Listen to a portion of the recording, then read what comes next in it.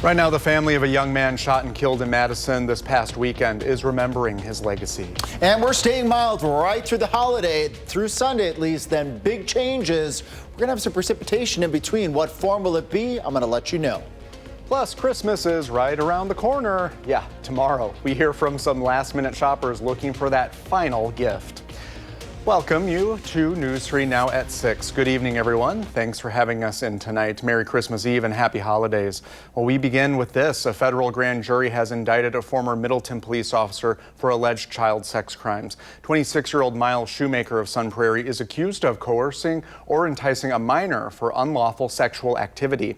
At the time of his arrest, Shoemaker was a patrol officer for the Middleton Police Department. Prosecutors are alleging Shoemaker committed the crime sometime between November 5th and November 9th this year. He faces a minimum 10-year prison sentence if convicted.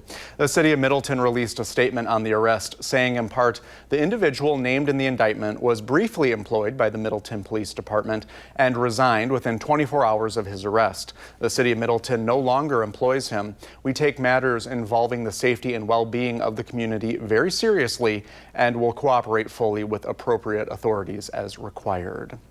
Today, friends and family said goodbye to a 22-year-old Madison East High School graduate. Someone shot and killed Abubakar Dabo Saturday night near Portage Road in Madison. Tanisha Shaw went to the funeral and shows us how his loved ones are honoring his memory. For me, it's really a big loss. The Dabo family is spending their winter break burying a loved one. Even though we lost him in a very tragic way, but we're still proud of him. Roughly 200 people came together to remember Abubakar Dabo. His uncle, Alhaji Jallo, says this is a huge loss for everyone. He's a good production of our community. He's a good production of the whole entire United States of America. Dabo is Muslim and originally from Gambia. While he wasn't home celebrating the holidays, he was home during a winter break from classes at Vanderbilt University in Tennessee. He wanted to help everybody. And that is one of the goals that he set for himself, to be a business consultant, to help minorities, to improve their lives and their business. Dabo was preparing to graduate in May 2026. Not everybody in our community, finishes like high school, be a student, go to the college, and about to graduate, they'll be on a scholarship. So these are things that when I remember, it's very sad for me. Dabo died after someone shot him in Madison Saturday night. Someone also shot Dabo's brother, but he survived and was able to attend the funeral. He came and he wanted to spend time with his brothers. After talking to his mother about his preparation for his graduation in May, he went to see his brothers, and they were in a car, and this happened. Family says this moment is sad, but it's also a reminder to do better. I think every youth who's listening to this, who can see this, can use him as example. If you're doing good, do better. If you're not doing good, you can change your life. Reporting in Madison, Tanisha Shaw, News 3 Now. Thank you, Tanisha. There are 2 persons of interest in custody connected to the case, but charges haven't been filed yet. One person is dead after a homicide last night in Fitchburg. Officers were called to the area of Pheasant Ridge Trail and Deer Valley Road to investigate reports of a possible gunshot victim. When officers arrived, they found a victim who died from their injuries despite first responders trying to save the person. The Fitchburg Police Department said investigators believe the individuals knew each other prior to the incident. Anyone with information, please call the Fitchburg Police Department. An early morning fire in Dodge County has destroyed a shed and chicken coop. Firefighters were paged to Highway J in the town of Lowell at about 2:20, and there they found heavy smoke and flames and a collapsed structure that housed chickens and other equipment. The cause of the fire is under investigation. Well, turning now to our weather, where it's beginning to look a lot like, early spring rather than Christmas, Alex. It sure does indeed, Brady. Actually, yesterday, I'm a birder. I heard a robin outside yesterday. So if anybody wants to correct me, if they don't think that there are robins out, please do. But I swear I heard one yesterday. And that's because they're relishing in temperatures in the upper 30s, getting up to 44 on Saturday, still hanging on to near 40 on Sunday. And then a big change. Arctic air blasts back into southern Wisconsin. Winter is on its way back to the area. Just be a couple days, though, before those big changes occur. Now, I had been mentioning our 5 o'clock newscast, we'd have some showers. A couple showers now popped up near Janesville, right along East County Road A. And as we zoom on out, they're few and far between, and likely seeing even though we may have just a couple showers, there's drizzle likely developing across southern Wisconsin as we speak, which is hard for Radar 3000 to pick up. But future track brings the drizzle to a shower mode as we head towards 8, 9 o'clock at night. We're not expecting any freezing rain tonight, but we can't rule out an isolated slick spot or two as temperatures tonight dip down to right around freezing. But no major travel concerns are expected overnight tonight, with 31 in Madison, 29 in Baraboo and Janesville, with those early showers in the forecast. And as we move forth into Christmas itself, back up into the mid to upper 30s to near 40 degrees before more shower chances enter the forecast. And with the showers that we're expecting Christmas Day night, there could be an area of freezing rain across parts of southern Wisconsin. When I come back, we'll track the potential for freezing rain, and we'll also look at the Midwest-wide perspective to give you an idea of how travel is going to be as we go from Christmas Day into Friday the 26th. Thank you, Alex. A federal judge in Oregon is ruling the Trump administration can't withhold millions of dollars in emergency preparation funding from states that haven't proven their population counts. In October, FEMA ordered states to provide updated population numbers and to account for deportations before they can get any FEMA grant money. FEMA argued some states may have been getting inflated payments because most of the grant money is distributed based on U.S. Census data. 11 states have sued. According to the New York Times, the judge found the Trump administration should not have added new requirements of the states and that it violated the Federal Administrative Procedure Act. Christmas Eve can always lead to some, let's call it exciting last-minute shopping. Nash Darrow was out and about in Madison this afternoon, taking a look at all the festive scenes. Brady, with Christmas just right around the corner, time is ticking here at Hilldale, where last-minute shoppers are out in full capacity and wrapped in Christmas spirit. The outdoor shopping center was more energetic than usual this afternoon as shoppers filled the streets and sidewalks with a similar goal in mind, finding some last-minute gifts and fully embracing the holiday joy. It's magical. It's also kind of tense because you have people coming, getting the last gift for their loved one. Just out getting some last-minute gifts for our family. The kids and getting gifts for their dads and their siblings. So yeah, it's great, a little warm. Wish there was a little more snow, but it's great. Hilldale always puts so much work into all of their festivities year round, so it's so fun to see how the mall has changed. Even when I was a kid, I was coming here when I was little. Those festivities helped come from Hilldale's general manager, Nancy Horn, who is always excited for the wintertime in Madison. We do add different decor every year. We have different performances every year, and then the events that we have, we change it up and add something special. So there's always something new and exciting for folks to check out and experience. Every Christmas Eve, I mean, it's just fun. I am here every Christmas Eve and love watching everybody have fun with their families. It can always be a little bit stressful being out here on Christmas Eve, but it is important to remember who you are shopping for. Merry Christmas from Madison. I'm Nash Darrow, News 3 Now. Merry Christmas, Nash. Thank you. And some Hilldale stores close tonight at 7 p.m., so you have a little bit of time if you still need to get some last-minute gifts. However, some of those hours do vary. And remember, be nice to each other. Coming up next, the U.S. Postal Service reveals a plan to raise some cash, why its biggest customer isn't happy. Plus, the holiday travel period continues as people rush to get to their destinations on time. Speaking of traveling, let's take a live look at the NORAD Santa tracker. Right now, Santa and his reindeer are making their way toward Cape Verde, just off the coast of Africa. Ooh, he has a long travel ahead of him, doesn't he? We'll be right back. You're watching News 3 Now at 6. With people rushing to their holiday destinations, the TSA has been trying to keep things running as smoothly as possible. TSA says the busiest day of all will be this Sunday, the 28th. However, the 27th and the 29th will be packed as well. The TSA says it expects more than 44 million flyers between last Friday and Sunday, January 4th. For many families, though, the trip is worth the wait. Having my son wake up in my childhood home to experience Christmas like I had it, I don't know, that feeling alone it's pretty special. Meanwhile, weather is creating some challenges out west. The FAA is watching for the potential of disruptions from Seattle all the way down the west coast to San Diego and Las Vegas.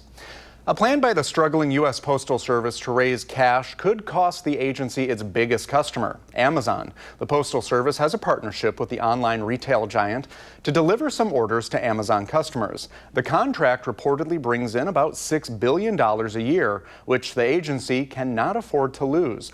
But now the post office plans to accept bids from other shippers for access to the service's distribution centers. An Amazon spokesperson says the uncertainty might push the company to stop using the Postal Service as much, and Amazon is evaluating all of its options. It could be a very green Christmas for someone tomorrow. This as the Powerball holds its latest drawing tonight with a jackpot of $1.7 billion on the line. Not too bad, huh? The jackpot is the fourth largest in Powerball history and the second largest this year. If you were to win, the lump sum option would be about $781 million before taxes. The odds of winning the jackpot are 1 in about 292 million. That would qualify as a Christmas miracle. Still ahead, we're checking back in on NORAD to see where Santa is currently flying, plus how a local woman is helping emergency room patients who are not dressed for winter. And you may not need that ugly Christmas sweater tomorrow. Alex has the complete forecast right after the break.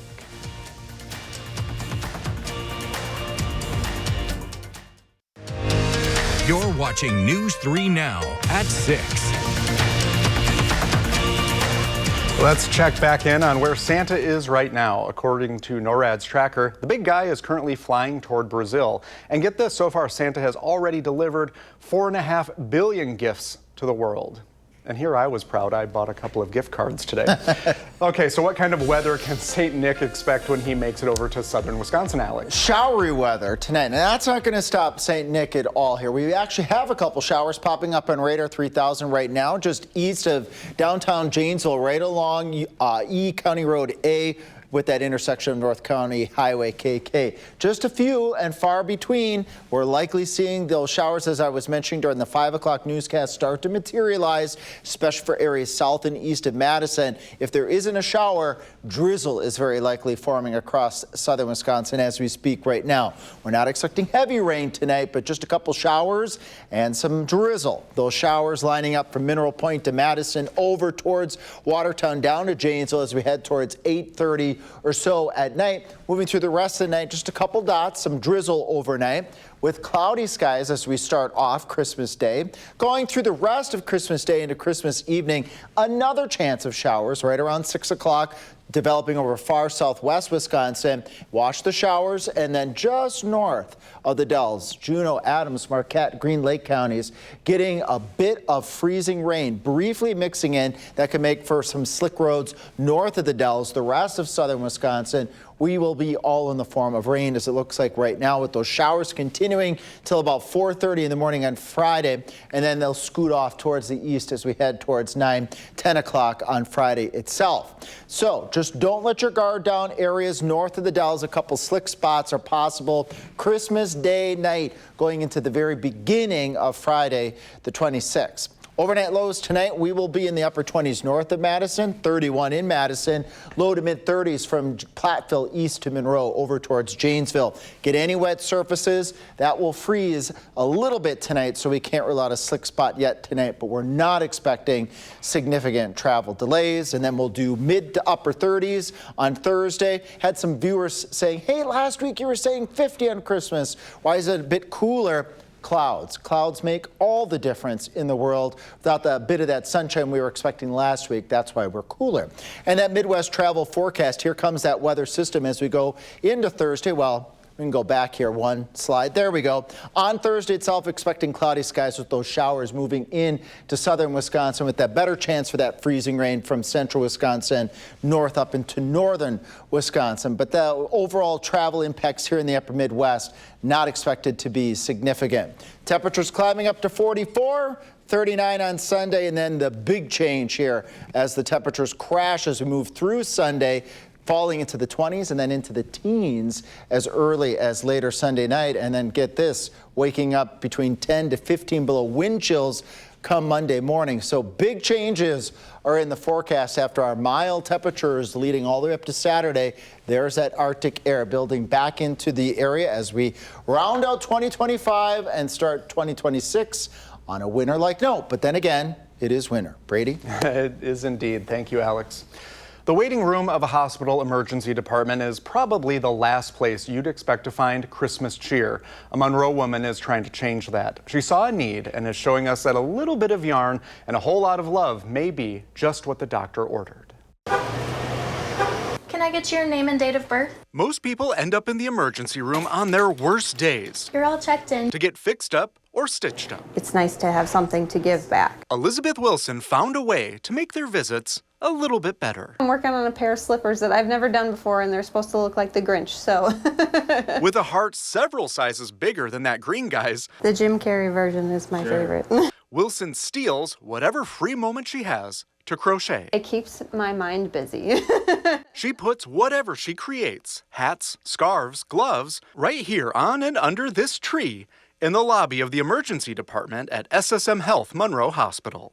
I've just seen the need, and is there something we can do? Over the years, Wilson, a patient access representative, noticed people coming to the emergency department not dressed in winter clothing. She says that's because most people don't have time to put anything on because they're in a rush or they're taken here by ambulance. To see them leave without things that they need, like shoes on their feet, socks, a hat because it's negative, whatever outside because it's Wisconsin.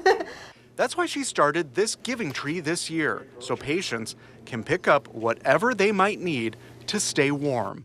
Wilson says her coworkers are joining in, and they're adding things under the tree, like food and hand warmers. I had someone come in who was going through a hard time, and she said, "Are those for anyone to take?" And I said, "Yeah, go right ahead." And she's just going through the tree. She put a hat on, and she grabbed some hot hands because we have them in little festive bags, and it was just nice to see that she was so excited that she'd have something so basic. People often come to the emergency room on their worst days. Beyond modern medicine, Elizabeth Wilson hopes a different set of stitches, hers, will help fix them right up. It's hard when people come in and you don't want to think they're just another number that has to go in and out of the emergency room, take care of them and get them out of here. You know, that's not how we want people to feel, you know, and that's not how I would want to feel. And we have a great staff that makes you feel welcome, but I feel like that little extra, especially being personable like that, it helps.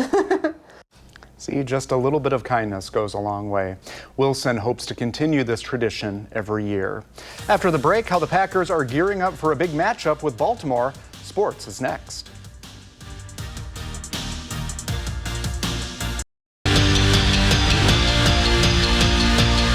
Oh, happy holidays. It's Brady Reads the Sports tonight. The Packers are getting ready for their final home game against the Ravens, the Baltimore Ravens, this Saturday. And one of the biggest questions is, who's healthy enough to play?